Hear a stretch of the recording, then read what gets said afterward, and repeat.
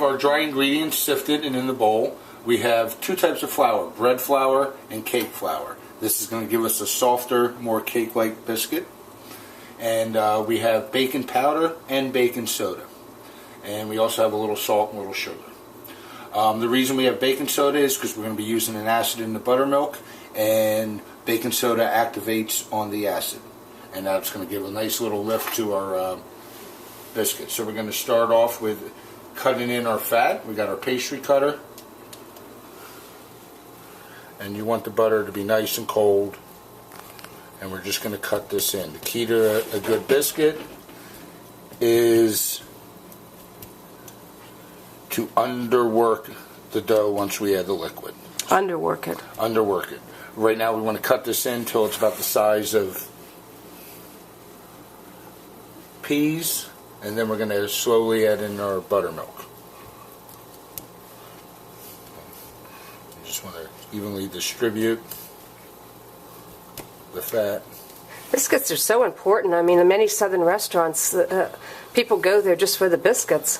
The biscuits can make or break a meal. How did biscuits become associated with southern cooking? It's a standard, basic, quick bread, and it's something that can be made fairly quickly and inexpensive. And let me ask you something else. Why is southern fried chicken considered? Why is it not northern fried chicken? The South has claimed it as its own. It started off in fried chicken's history in the South goes back to the plantation days, and it's a blend of the Scots-Irish immigrants and the African slaves. The Scots would fry chicken, as opposed to the English who would boil chicken. Yeah. And deep frying was very common among the African tribes. And in the South, they would the two came together. Chicken was one of the few foods the slaves could eat because it was considered an inexpensive meat, and so the plantation owners would allow them to have as many chickens as they wanted. And you said spices were more common to the African culture than to the Scottish, for example. Bland and the English Isles are definitely go hand in hand. Mm-hmm. Not much spice used by the Scots, but Africa was the center of the spice trade for centuries. Mm-hmm. Okay, we're going to add in our buttermilk. I'm going to add just in a little bit, and then we're going to work this in by hand.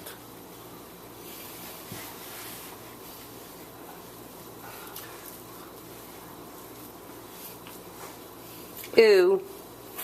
Very ooey. Very ooey, but just perfect. Okay, we're going to add just a touch more buttermilk. And what we want to do is get this to come together in what's known as a shaggy mass. And what does that mean exactly? Well, we're going to see in a second. Good. I'm going to turn it out onto the board. And we don't even want to mix this all the way. We can mix it the rest of the way on the board. This is our shaggy mass for the biscuits, buttermilk biscuits. We got our biscuits turned out on the dough, and we're just going to lightly bring it together. And we're going to just press it out. We don't want to use a rolling pin on this.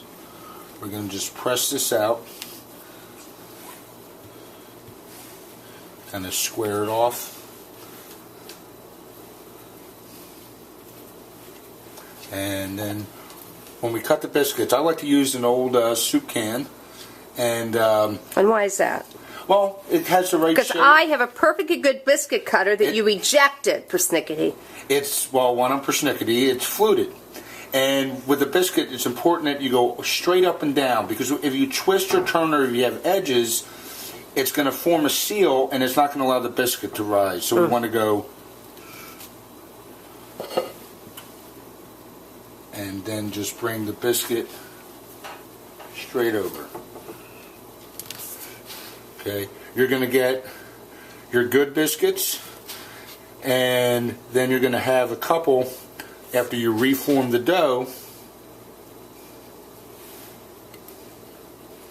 that are going to be a little less than perfect in shape.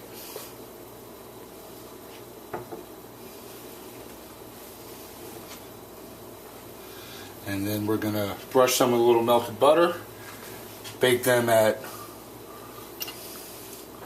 425 for about 10 minutes.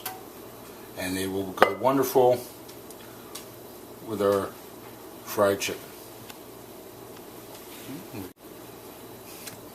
Again, we don't want to work the dough too much.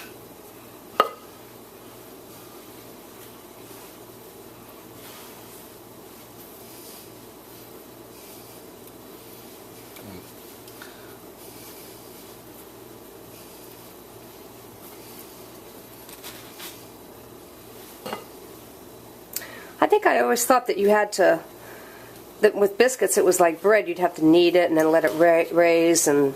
No, biscuits are, again we have the Scots connection, they're very similar to the scones. Oh, Okay. Right, uh-huh. So it's just very quickly work together. And you don't want to knead it because we don't want to develop the gluten. That'll get tough, and we want just a nice cloud of biscuit. Okay. And they're ready to go in the oven. And you're going to brush them with a little butter? A little melted butter, or you can brush them with a little bit of milk, and then just pop them in the oven at 425.